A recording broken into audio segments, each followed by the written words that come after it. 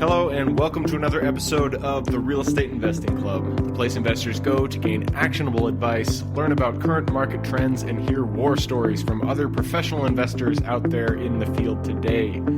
Before we get started, I have two quick housekeeping items to cover.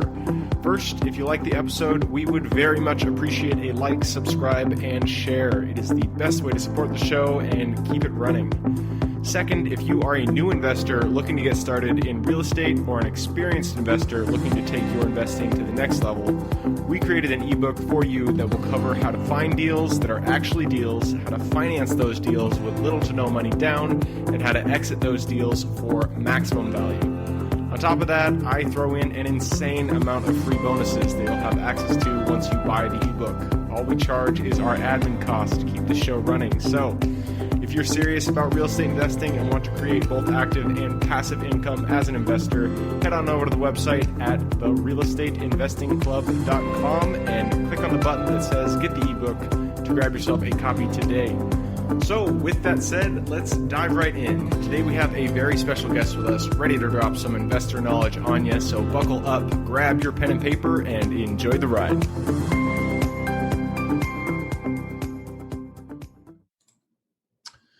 All right, we have another episode of the Real Estate Investing Club. This time we're coming live with Aaron Chapman. Aaron is a finance guru in the investing sphere. I'm really happy to have him here. He started his journey way back in 1997 in mining, heavy equipment operations, welding, and long-haul truck driving.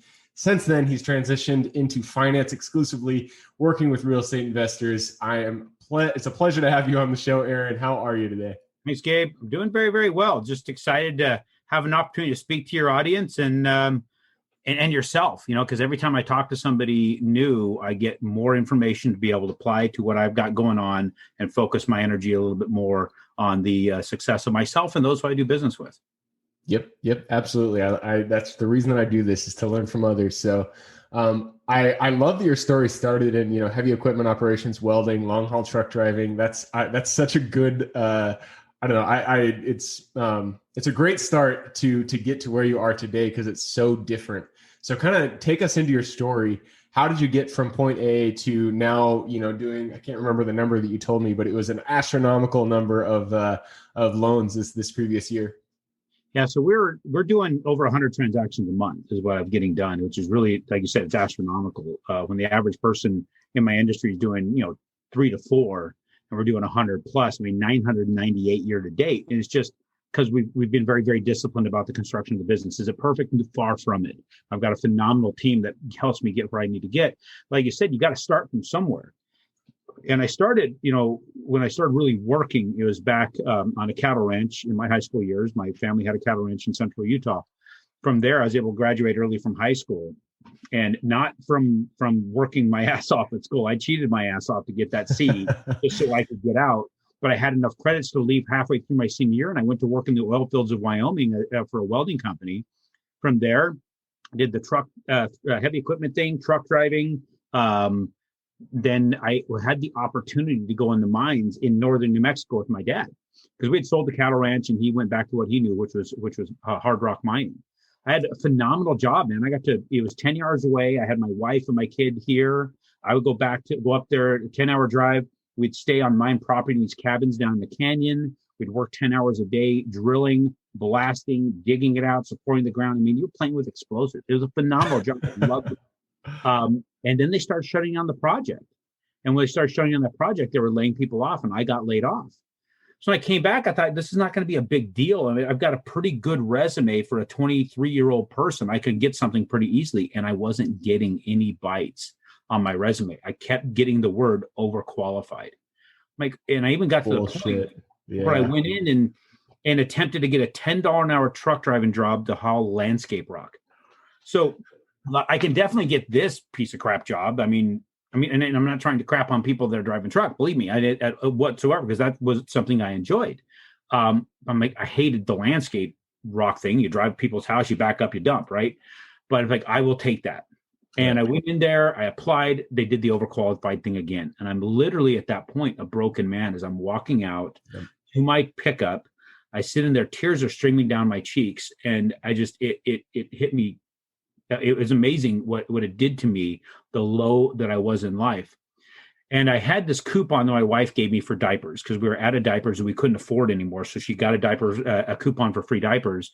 And I left that yard driving towards a grocery store.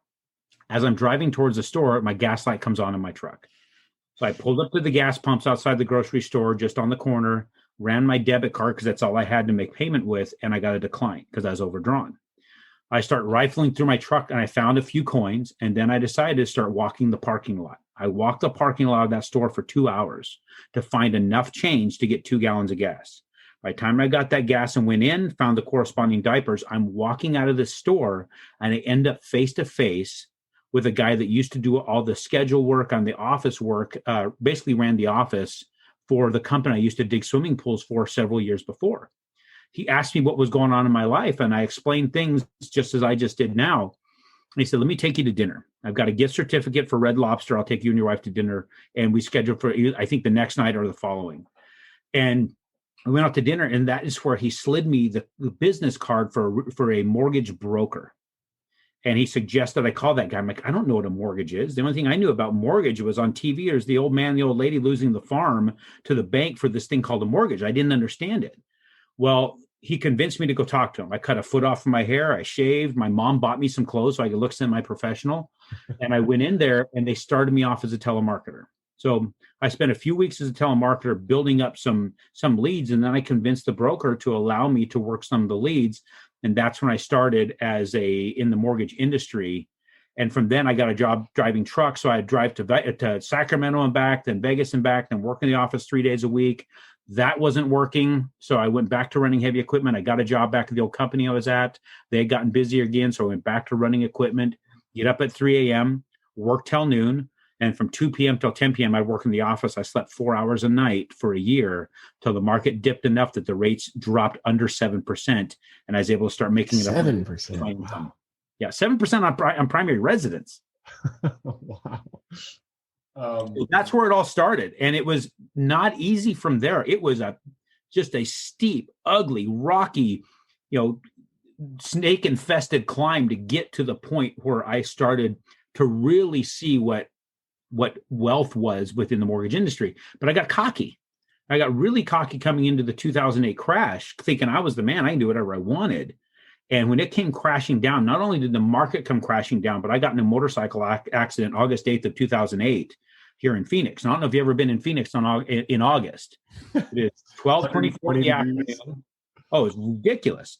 12:24 in the afternoon, 80 plus miles per hour. I got taken out, went flipping down the freeway. Luckily, I spun out the car behind me when I hit her and she blocked traffic. But I laid there and baked on that pavement for about 20 minutes till they were getting me scraped up. So I woke up in the hospital with a beard and completely obliterated financially. I'd lost all my real estate. I lost everything in the market. Job was gone. Industry was collapsed. And I had to start at zero. So where I went into that accident worth over $3 million on paper. I came out of that hospital in a wheelchair, 6'1", 155 pounds, with in debt almost $2 million. Jeez. So man, that's where it all started, really. And that is, it's heart-wrenching to hear, but I love hearing those stories because so many stories kind of reflect your own. I mean, yours is very extreme, but so many people go through that where they kind of hit rock bottom. And I even remember back when I was, I graduated college in 2008. And so I was pounding the pavement for a job. And I just remember, sitting at my computer, sending out resume after resume, getting rejection after rejection, going to interviews, and just sitting in my car and just being weighted down, just I am a abject failure. I can't, nothing's going to change in my life. So I totally understand kind of where you're coming from, with respect to that. And I love that you dug yourself out of that hole. You hit rock bottom. You got into the mortgage industry. You were a rock star, just kicking butt. And then 2008 happened. You went back down and had to re-dig yourself back out of that hole. And it just I mean, even below rock bottom, right? Nearly $2 million under rock bottom. You know, that's how bad that was. But what you pointed out there was that, I think my personal opinion is these type of things are the last form of natural selection left, right? We pretty much by medicine, we have pretty much prolonged life that in any other environment previous to the current technologies, those lives would not have been prolonged. So we have nullified natural selection there. On top of that, we have legislated away personal responsibility. So what's left as far as natural selection, in Aaron Chapman's opinion, is those who take a header into the concrete and get back up, and those who stay there and lick their wounds and say, pay me now to stay here because I'm hurt, right? Everybody's going to get hurt. The thing of it is, that is life. Life is designed to break you. And what you get to know when you take a header in the concrete, you get to know whether or not you got the balls to get back up. We get to decide, are those things there for decoration or are they really attached? Yep, absolutely. And I could not agree more. And if you're listening to this or watching this episode, and you're in a point where you hit rock bottom, just know from both of our stories that everybody goes through that. And this is the moment where you have to make a decision, and it kind of defines who you are. Can you pick yourself up and keep going forward? Because you can, it is possible. You just have to make that decision. So I love that. Because two of us never met each other before, and we can share a very similar story about that rock bottom and trying to find that job. Everybody goes through it. In fact, there's probably tens of thousands of people going through it right now. It's the person who stays persistent in trying to find it is the one who's going to win. There is going to be a large percentage of them that are just going to give up. So because they're giving up, and you being the one or two that does not give up, you will get what the others failed to get because they didn't move forward. Just stay at it. It's always going to work out. It always does. Consistent persistence works. But the one thing you got to be cautious with consistent persistence is you can be consistently persistent in something stupid. And if you do that, you're just building crap. If you're consistently persistent in something awesome, you're going to get there. It's not swift, but it is certain.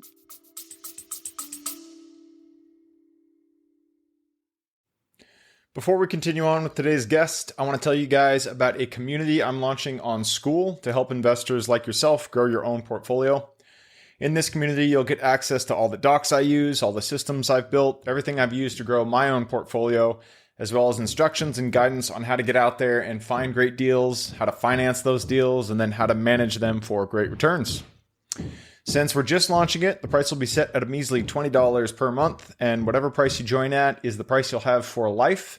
We will be increasing the price as the group grows, so if you're at all interested in growing your portfolio along other investors, now is the time to join. I will put the link somewhere in the bio or on our podcast website at therealestateinvestingclub.com, so if you are interested, head on over there. With that said, let's get back to the podcast. Yep, absolutely. Consistency and persistence is the key, especially when it comes to success. So you have a really great perspective. You invest in real estate, and you are heavily involved in the mortgage aspect of this, so the financing side of closing, a full acquisition. So I want to go into kind of your opinion on where we're headed when it comes to rates. So I mean, right now, I think so I'm closing on a duplex out in Cleveland, and what was our rate? I think it was 3.17 or something like that. Something stupidly low. And yep. So what, in your perspective, you're in the industry, you have, the back end knowledge. Where does this go from here? Well, do you have the capability to give it to where I can share a screen? I do. Or something like that, because I want to get into some real deep things here about that question. For one, just to answer the question, I believe just from what the Fed is doing, tracking what the Fed is doing, putting in billions of dollars per day in the mortgage-backed securities market, I believe that interest rates, according to what we're being told, should stay pretty solid for the next till about 2023. We're going to stay fairly somewhere in this range. Yeah, the Fed has already said that they have an open checkbook to continue to invest in the markets for the next till 2023. So when you look at what drives interest rates, in fact, I'll even show it. You've got the mortgage-backed securities And that's what drives our interest rate. So as the money is being traded on the day-to-day basis, money going in here is what's going to, it's a supply and demand thing, right? The more money in the mortgage-backed securities market, the lower the rates go because they have a larger supply. The lower the supply, the higher their interest rates go. So if you look here, the supply has shrunk a little bit. For people listening, Aaron and I are looking at a graph that he's pulled out of ratewatch.com, and it shows. Can you kind of go ahead and explain this graph, in words for the people that are on the podcast? Sure. And those who are watching, you can see what we're talking about. I moved into a 10-day trading period. So what we show is there's something what they call Japanese candlesticks, and you can actually go into mortgagenewsdaily.com/MBS, as in mortgage-backed security, and you can see the chart in the middle of the page. I always look at the Fannie Mae 3.0 or 3.0 coupon, because that's basically telling me where the rates are going when it comes to real estate investors. So if you're looking at one of these particular charts, you'll see the different candles. Those candles represent a day's trading. If it's a green candle, wherever it started is at the bottom end of the wide green portion of the candle, and where it stopped at the end of the day is the top of the green. And you'll see the wicks that go to the bottom and the top, showing you it's traded that far down and that far up before it settled on its start price and its end price. If it's a red one, that means it started at a higher point and ended at a lower point, meaning there's a lot of sell-off that day. Now, we're looking at a specific day, October 13th of this year, just a couple of days ago. It opened at 104.53 and it closed at 104.38. So the difference between that is right around, it's not quite 25 points, but it's pretty right in there, right? Actually, it is. It's 25 basis points, 25 basis point difference. What that means is at the beginning of the day, let's say you had a 3.5 rate percent offer to you and it was par. By the end of that day, when they open up the market the next morning and issue rates, that same rate would cost you 0.25% for the exact same rate the next day, because we lost a 25 basis points or 0.25% in the market. Therefore, the cost of that money is 0.25% higher. So if you want the same rate, it's going to cost you a quarter more. As you can see, the following days, we traded at the bottom and stayed at the bottom pretty much. We came up a little bit of that. And then today we opened up into a much better space, which is higher than we were within the last 10 days. Actually, we're pretty close. We're going back into a trading channel of where we've been the last month. But we go into the max of what I can see. I can see the last 2 years. As you can see, rates have the market has trended upward, meaning the market has had a lot of investment capital go into it. Therefore, the interest rates have trended down significantly in the last 2 years. The big disruption we see here is back in March of this year when COVID hit. And then you see this massive sell-off, huge sell-off. Interest rates spiked overnight. We couldn't figure out at first why they spiked so much, but we realized when the stock market crashed at that time or just dropped like crazy, banks, people, we put our money into banks, right? They hold it in their checking accounts and savings accounts, correct? It doesn't just sit there in their vault, right? They've got to put that money to work to go earn money so they can pay us our little pittance, right? But that's how banks make money, is take our money and make money off of it and pay us a little tiny bit. Well, they had margin calls on mortgage back on their investments in the stock market, and other markets that their money had these massive margin calls. Well, how do you take care of a margin call?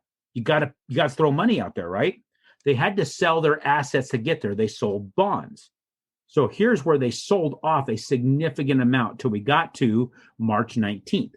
That's where the Federal Reserve kicked in and said, we need to do something here. The Federal Reserve, March 20th, dumped in over $1 trillion and stopped on March 30th. 10 days, over $1 trillion was dumped into the market to get the market stabilized and back on its trajectory.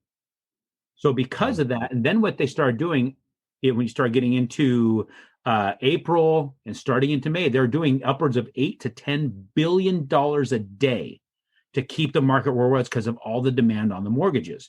And they've continued up until about, I think it's somewhere right around in August, September, they're doing between 4 and 5 billion a day, now between $3 and $4 billion a day to maintain that.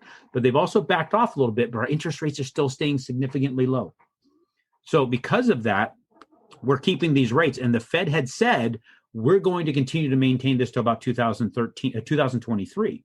Now, here's the worry about this. You ever been to John Williams' Shadow Stats? No, I haven't. You definitely got to check that out. They show where the real rate of inflation is. In fact, I'm going to stop the screen share. I'm going to pull it up, and I'll show you what I'm talking about here. So we get into shadow stats, and we start seeing what the real rate of inflation is. And the reason I bring up inflation is if the Fed is putting this kind of money into the mortgage-backed securities markets, where's it coming from? Yep, exactly. And right now they're the ones that are in charge of the monetary, basically how much money's in the market. They go to the Treasury and say, print us more money. Well, look at the monetary supply, as we can show right here. Monetary supply is through the roof. It spiked straight up. Yep. This is 2020. They're printing money like mad to put into the markets. The Federal Reserve is the largest holder of bonds. Federal Reserve is the largest holder of corporate bonds.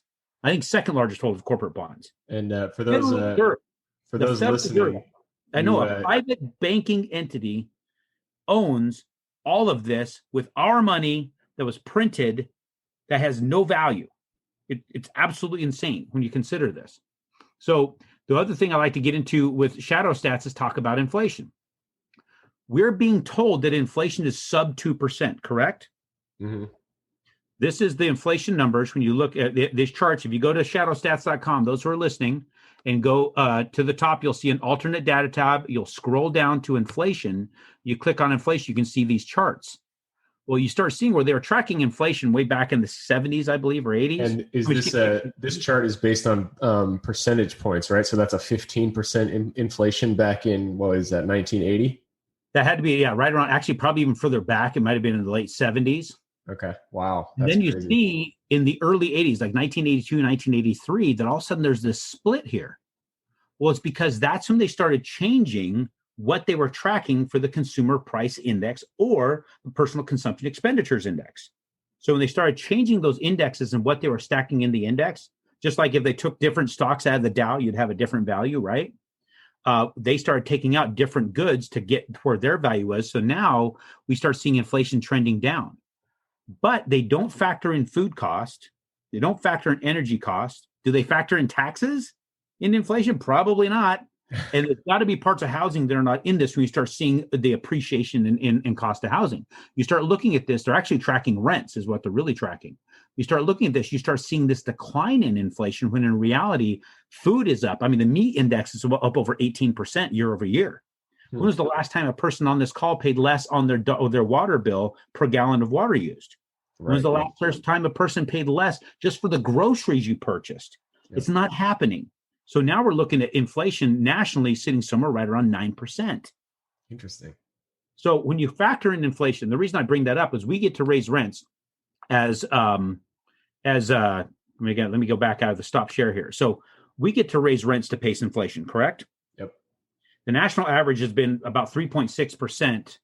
The last I saw in the apartment indexes. Recently, there was a new publishing saying it's down below that in the twos. And I'm like, it doesn't make sense to me because I deal with a lot of real estate investors buying single families and they're going up 3+. So I did some more research and it turns out when you look at the densely populated areas like New York, densely populated areas like San Francisco, where people are leaving, they're dropping rents by double-digit percentages to attract people in. Densely populated areas are affecting the national numbers. So real estate investors are like, whoa, rents are going down. They're really not, because none of the real estate investors I do business with invest in those areas. It makes no sense. Yep. Right. Cash flow is just not there. You can't find it. Precisely. So densely populated areas are having a heavy effect on reality, or at least generalized numbers. When you get into reality is different. So let's just say you get to raise rents and I'm going to share with you another screen here. I've got this spreadsheet. I had the professor of accounting at Kennesaw State University reach out to me after hearing a podcast where I got to talking about long-term leverage being an asset. And when you look at that, let's say you get a property for $100,000, you can rent it for $1,000 a month. Okay, that's great. 1% ratio there. 1% ratio, right? Pretty normal.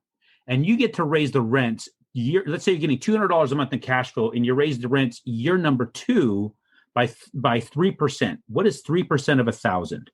It's 3 of 1,000. That's three. Why can't I do this math? 30. $30. I know everybody wants to say 300. It's actually, then they get disappointed when they're like, whoa, wait a minute. It's only $30. It's only $30. But here's where $30 becomes sexy. Year 1, you had a $200 a month cash flow, right? Yep.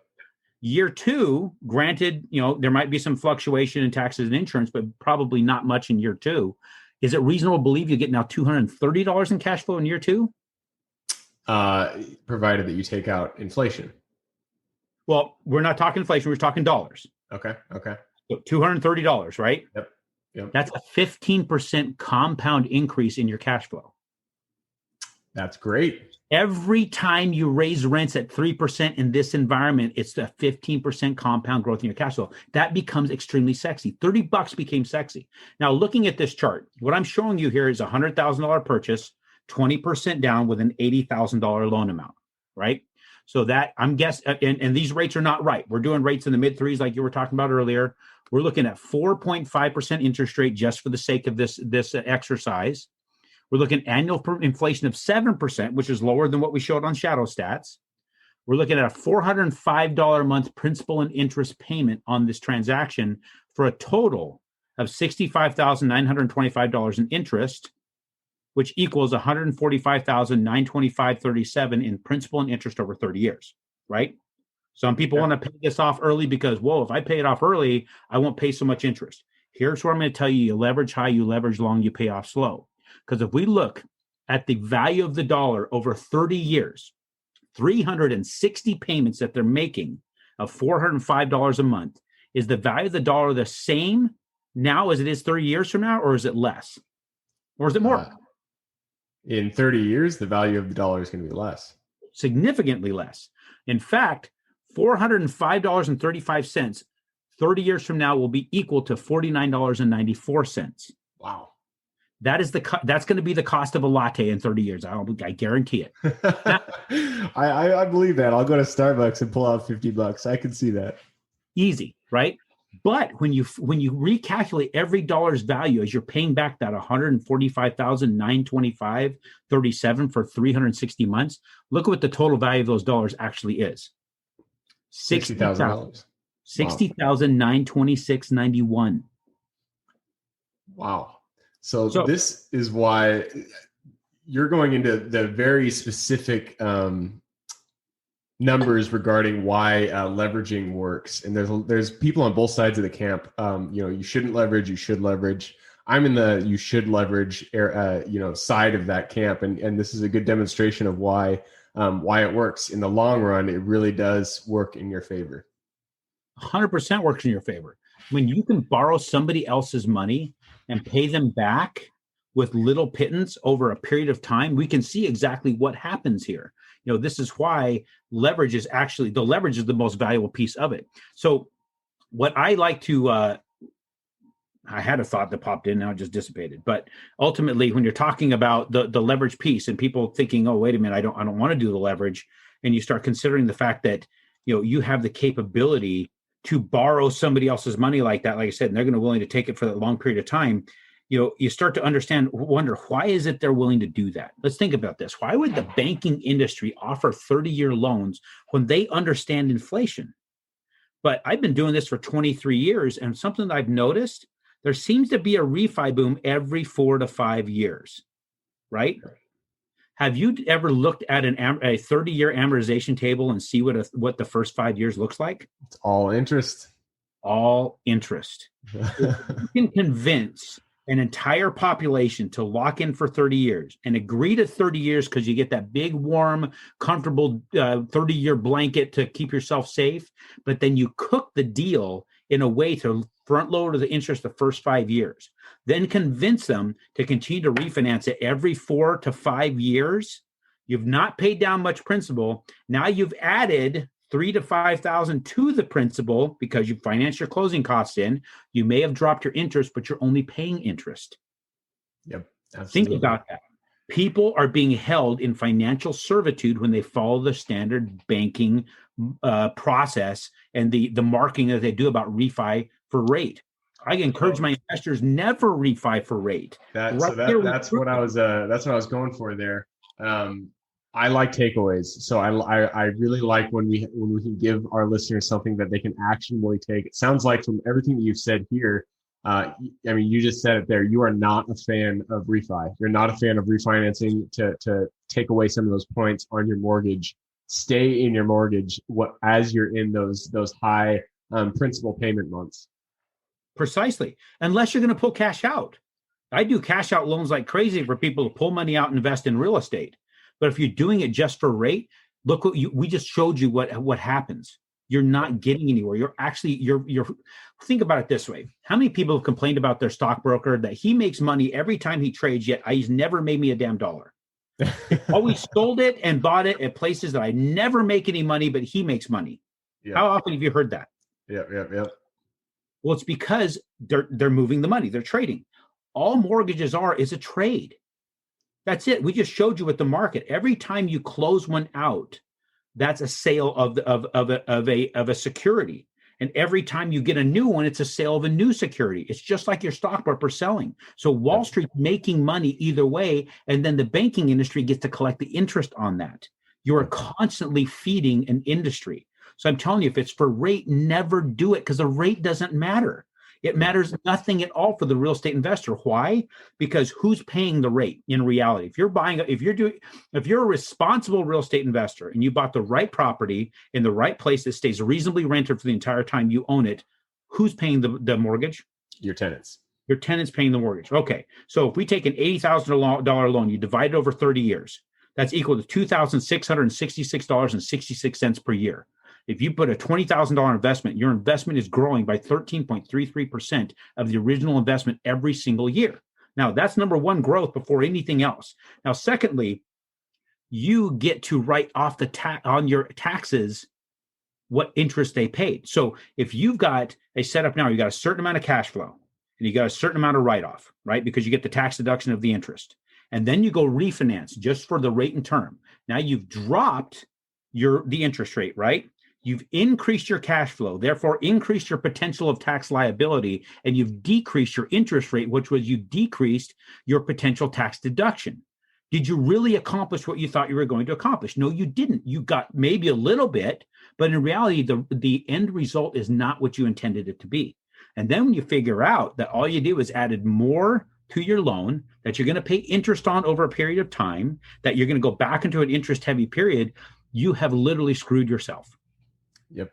So the main takeaway here is when you're looking at refinancing, don't do it for rates. However, it does not apply for the BRRRR strategy. You might have a different opinion here, but when it comes, actually, you said this just a second ago, BRRRR strategy still works. If you're refinancing to take equity out of the property, it still makes sense because then you can leverage that to buy more properties and grow your portfolio. If you're just 100%. refinancing. Yep. Yeah, I do tons of BRRRRs. I did probably 20% of my business is BRRRRs, BRRRR loans, and I'm doing over 100 a month. So you know damn well how much I'm involved in BRRRRs. Absolutely. Well, shoot, Aaron, I love everything you're saying right now. You're giving great wisdom bombs. We've already passed the 20-minute mark, so I have to push us. We have to push us towards the end. So I'm going to push us into the quick question round. I'm going to ask quick questions. You give quick answers. Starts with books. I'm a huge bookie, so give us 2 book recommendations, one for real estate investing and then one for just general life wisdom. Okay, so real estate investing, I'm going to have to be a little bit selfish here. I'm going to plug my 4 books.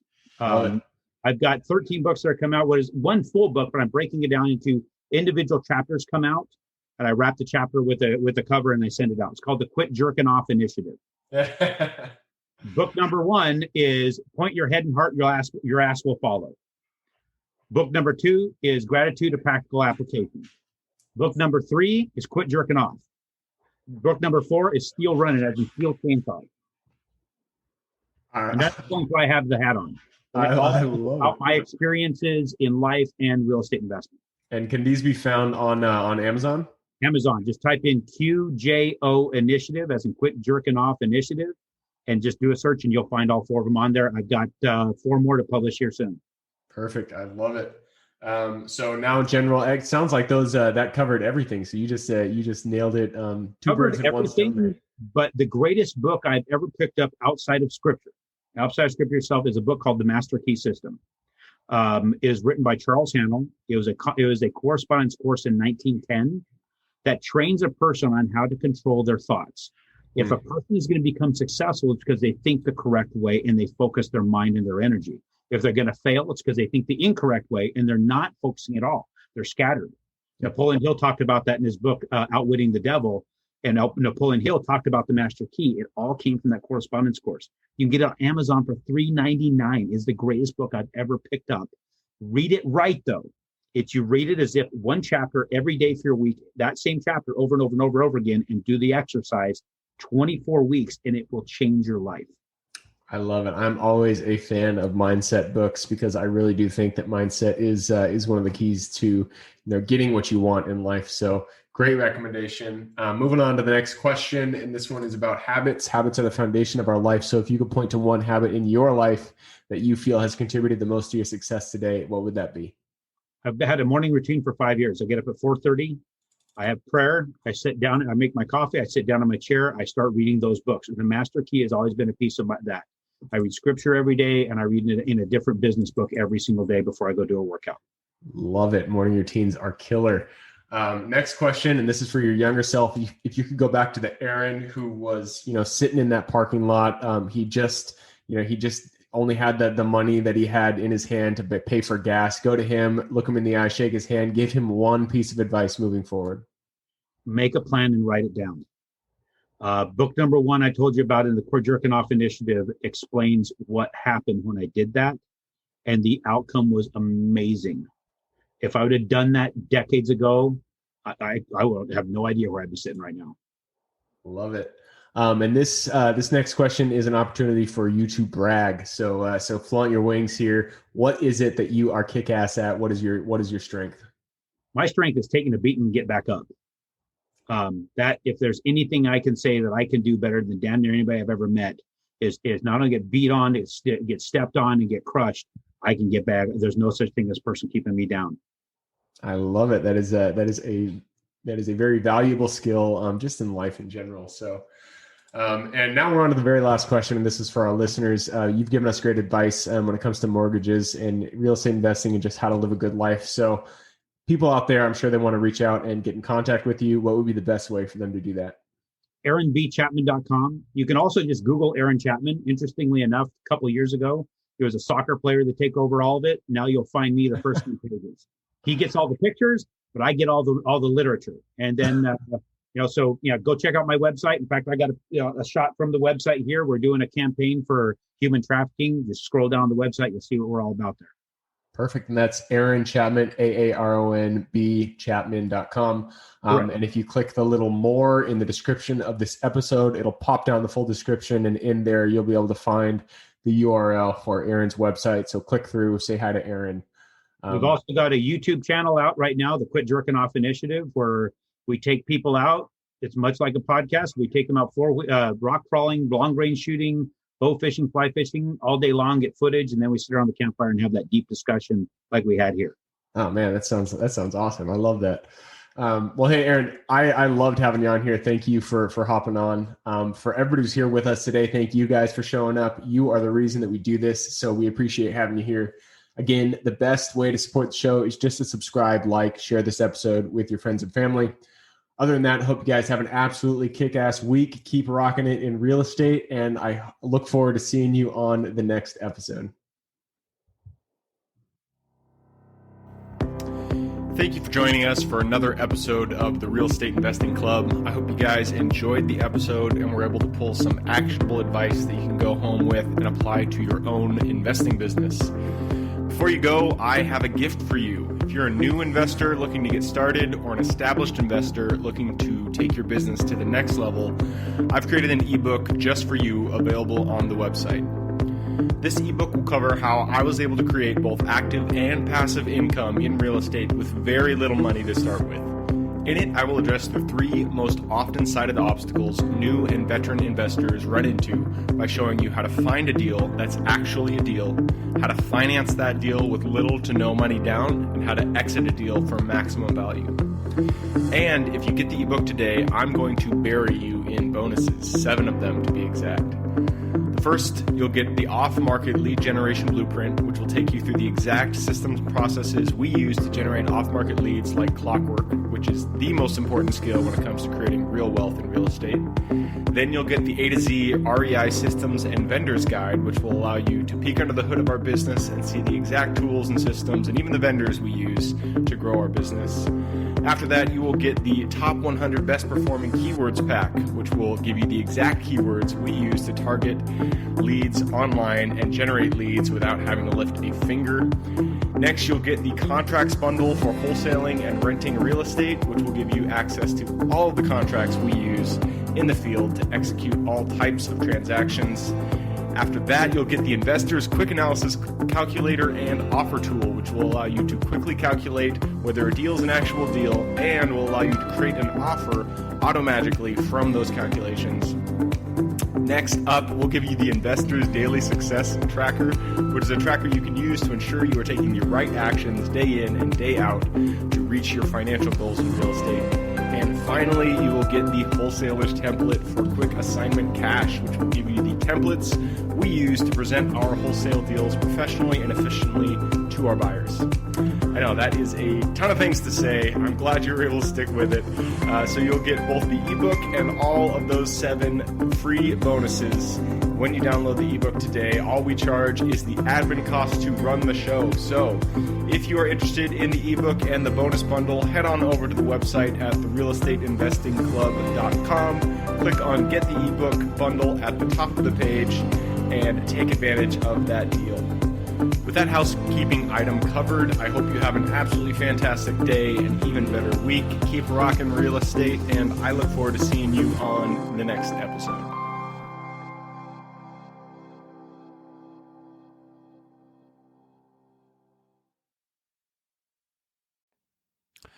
All right, before I officially sign off, I have a quick announcement to make.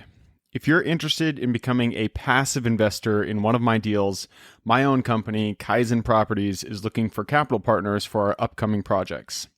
We invest in what are known as recession-resistant assets, mainly self-storage facilities, mobile home and RV parks, and industrial properties. If you're interested in investing and would like to learn a little bit more about my company, our investing criteria, and some of the previous projects we've done, go to the Real Estate Investing Club podcast at therealestateinvestingclub.com and scroll all the way down to the bottom of the page. Click on the Invest With Us button. That'll pop up the investor form. Fill that out, and we will reach back out to you as soon as we can.